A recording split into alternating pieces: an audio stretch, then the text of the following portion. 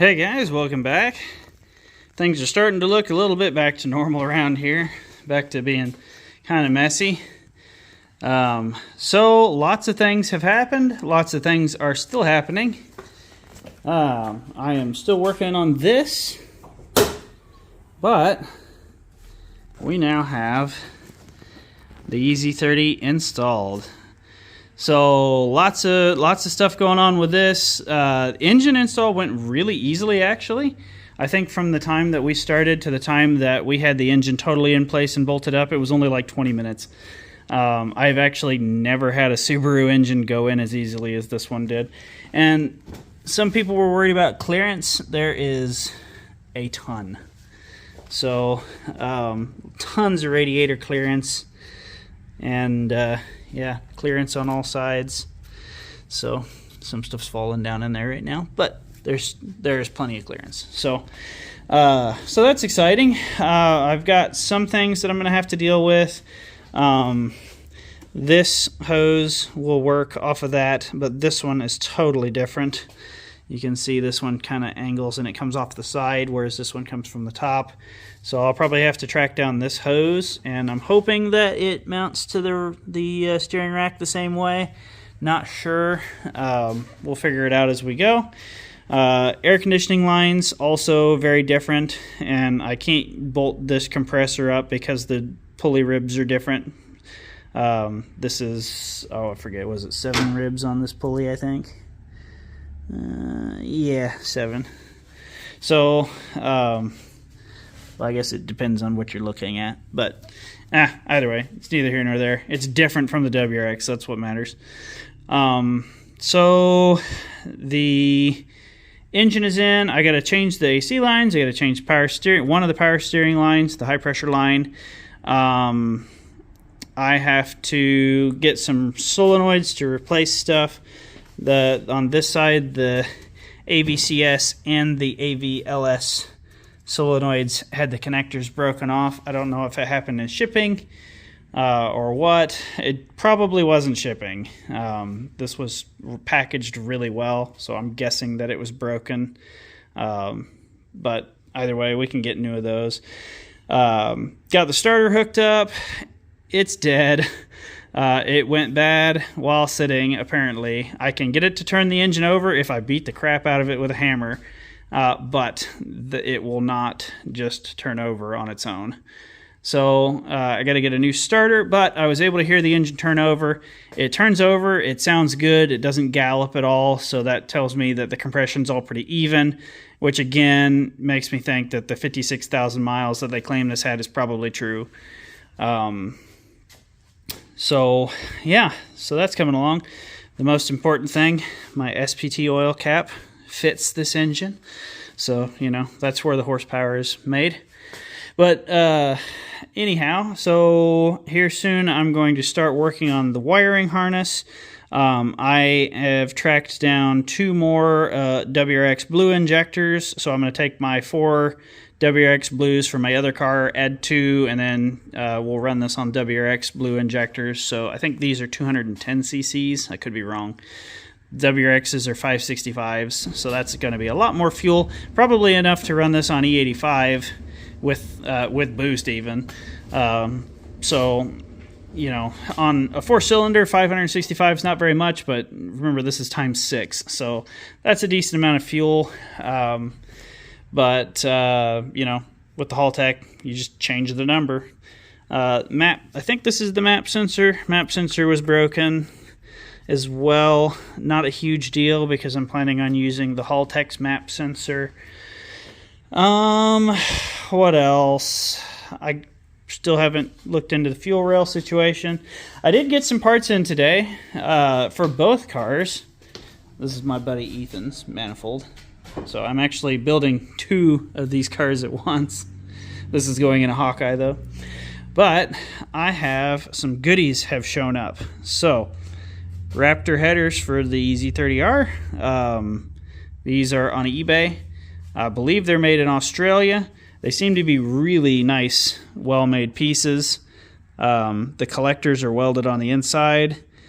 And they don't look too bad. I mean, they put a lot of heat into them, but, you know, is what it is. I think for what they are and what they cost, you just can't beat them. They look pretty good to me. So we'll throw these on, and then that should sound absolutely amazing. And really, they say that this is one of the biggest restrictions on these engines is the stock exhaust collectors. So this should help a lot. And they included gaskets and they included flanges, which I thought was really nice of them. So if your routing is going to be different whether you're doing an NA build or a turbo build, so they give you the flanges and you can just make whatever you need. And then for the other car, I have Mevotech Supreme Evo 8 tie rods and Evo 8 tie rod ends. These, I don't really know any of the brands of the aftermarket stuff anymore. Moog stopped making these parts for the Evo. I think they still make the outers, but I figured I'd just buy all the same from the same company.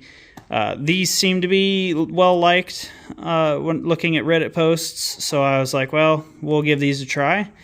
So these are going to go in along with, it's buried, but this is another Mirage steering rack that I have disassembled and depowered. So pulled the seal out of the middle and then actually cut the ring off that's on the steering shaft. So there's nothing there as far as like no pressure to fight. I don't have to loop the rack because there's no pressure even inside of it to push around. I do need to dig this out actually. So we will do that. But I still need to cap these off, which should be as simple as just getting the right size bolt. And I need to do the same over here. I already did one, but I don't know what that thread is. So to find that out, but this is going to go together, even though this is a Mirage rack, it actually, the Evo tie rods and rod ends fit. The tie rods fit this thread and the rod ends fit the Evo 4 knuckles. So that will all work. And that'll be good. So that'll be a little bit less pressure to fight with the power steering if it's turned off. And it'll be less work for the electric power steering to do. And then also on that same front, ever since I did the stereo upgrade, I've started having issues with the power steering cutting out. And it's kind of obvious why, looking at it. The stock alternator on an Evo is 75 amps, which is nothing. I've got an Ultima replacement part from O'Reilly that's 90 amps because my 75 amp alternator died a couple years ago. And then, which I kept it as a core. I figured I'd have it rewired at some point, but when this one started having issues, I was like, well, man, like I'm going to have to find something because at first I thought the power steering column was going bad, like the torque input sensor, but I started contacting the guys at ePower Steering and talking to them, and I was told that I needed to check all my wiring. Well, I know all my wiring's good. It's oversized. It's rock solid. It's pretty high grade compared to like even most home projects for race cars. And so I was like, well, I know it's not my wiring. And he told me, well, go ahead and with your key on but your engine not running, turn your wheel all the way and then hold it to one side and see what your amp drop or what your voltage drops to. Well, mine dropped to, I think, 12 volts like on the dot. It might have actually even been in the 11 volt range. And he was like, oh, yeah, your voltage is too low. And I said, well, I've got an Odyssey PC925 battery. Is that too small of a battery? And he's like, no, actually, that's what I run in my car. So I was like, okay, well, it's probably not an issue with the battery either then.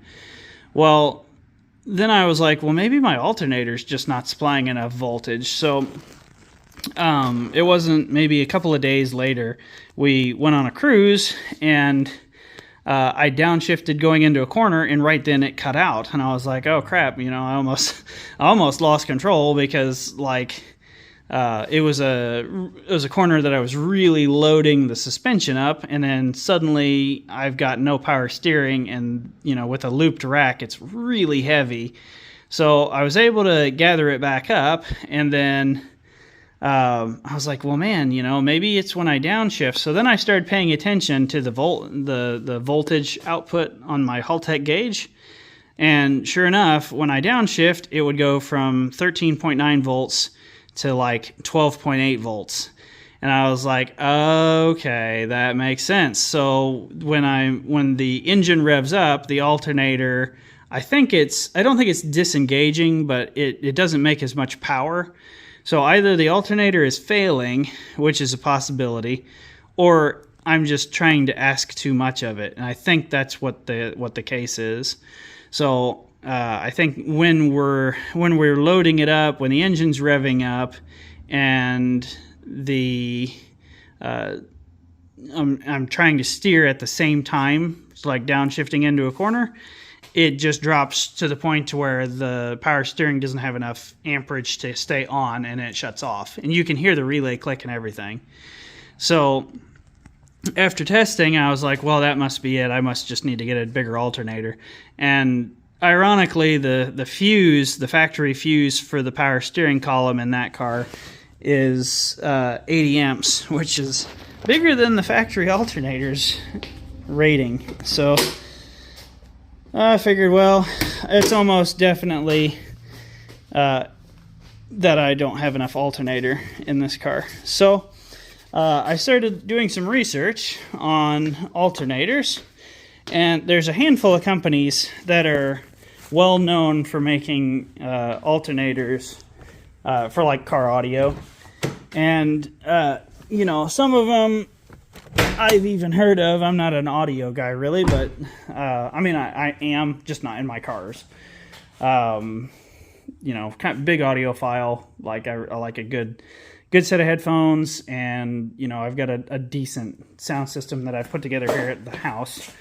But I've never really been big into car audio because my cars are loud, so there's not really much point. But I started looking into the what people liked for car audio, because amperage is amperage. So I came across a handful of companies. Let's see, JS Alternators is a big one. DC Power is a big one. Some guys at a company called Excessive Amperage make them. And they've even made them for Evos, but they don't have anything off the shelf. It seems like their stuff is all custom made. But then I came across this company here, and they have a ton of factory fitment alternators that are just right off the shelf. And this is a US-based company, and they had these on the shelf for Evos, and this is 200 amps, and it's not an overdriven pulley, at least not by much if it is. Because with a 4G63, you have to worry about that because the belt likes to jump off if you've got an overdriven, like a small pulley alternator. Not sure why. That is just a known thing that happens.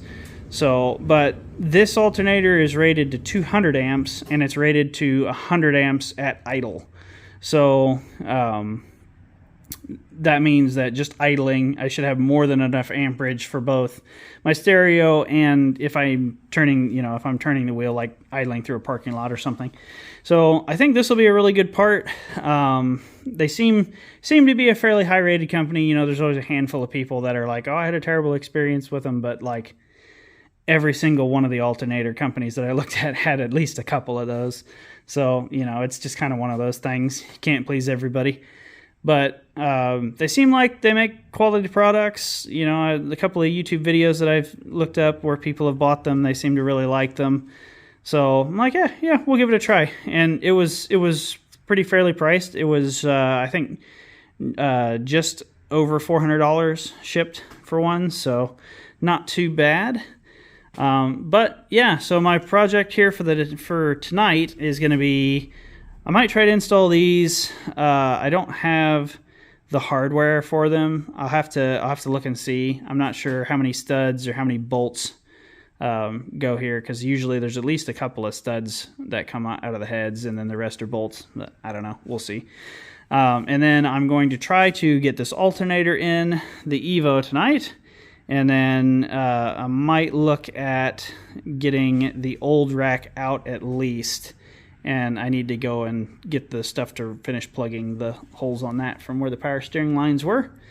And yeah, that'll be good. At some point I need to install this as well. This is a heat sink for the solid state relay.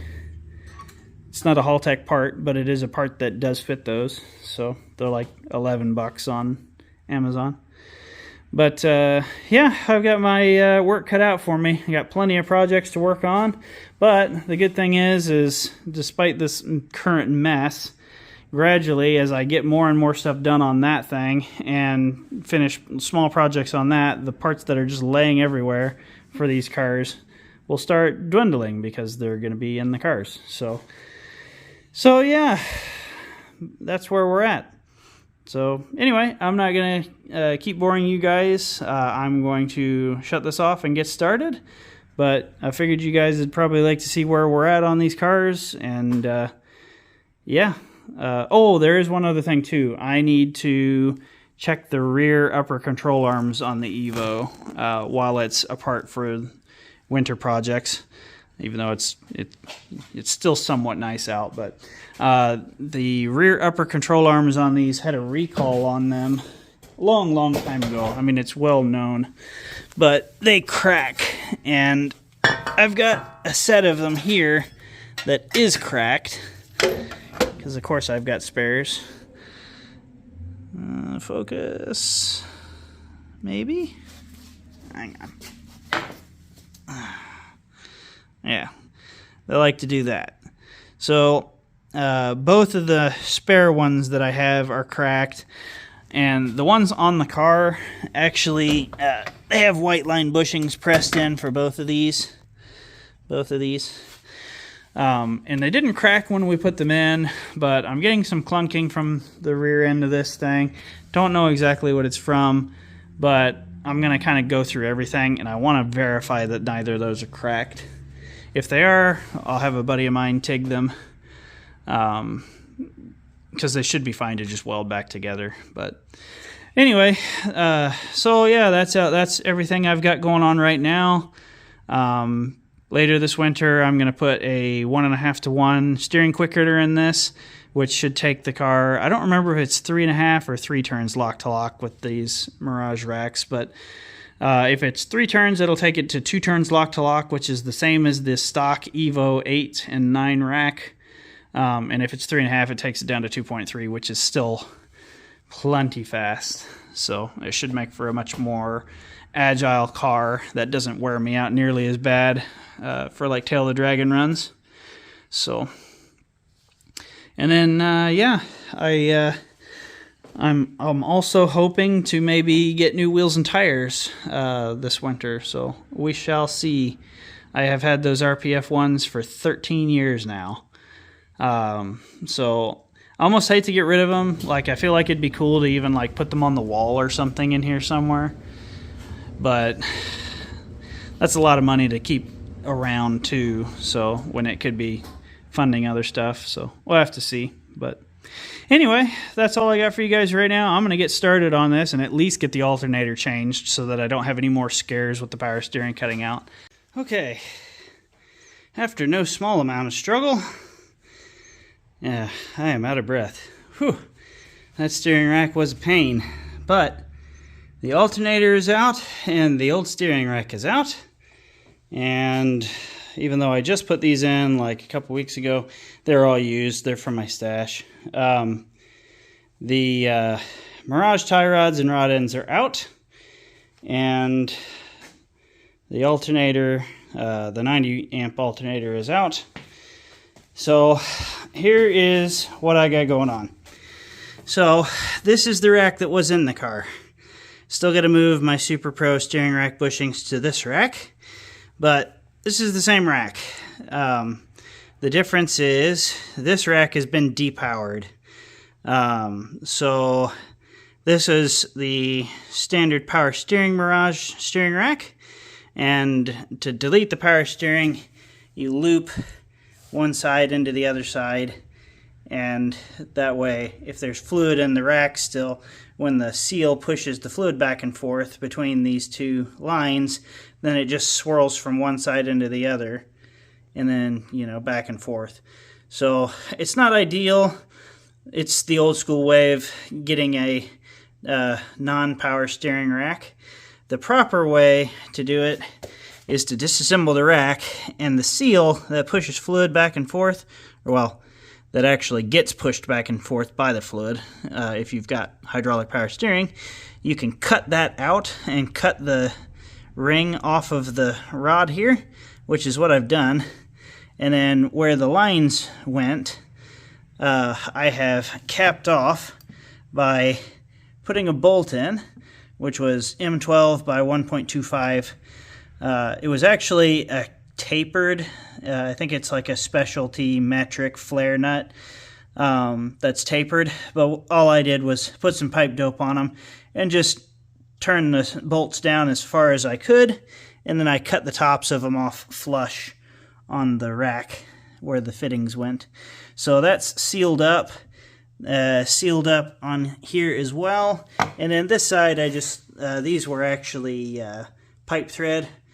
Or it was not exactly pipe thread. It was some kind of similar to an AN fitting. I don't remember what the fitting's called, but it's a brass fitting that has a cone at the end. So those fit. So I turned in those two fittings as far as they would go, again with some pipe dope to seal everything up. Yeah, it works great. So you can see it just smoothly, no problems. I was afraid that the pinion housing there would actually have an issue because there's nowhere for air to go, but it doesn't affect it at all. I was going to take this apart and cut all of the pieces out, but I don't think it's necessary. There's not really any reason to. If it's not moving air back and forth, just leave it. So that's out. That's going to go back in its place. That should lessen the amount of junk to move around when I'm working down towards the subframe. And properly depowered rack will steer much easier. You saw how easy that one is. This one is a little harder to push. Not a lot, but you know, it's heavier. So anyway, yeah, so this is the proper way to do it. We will put this back in the car, and then I can put my new alternator in. And yeah, I think that's where I'm calling it a night, because it's 10 o'clock. So, all right, cool. See you guys next time.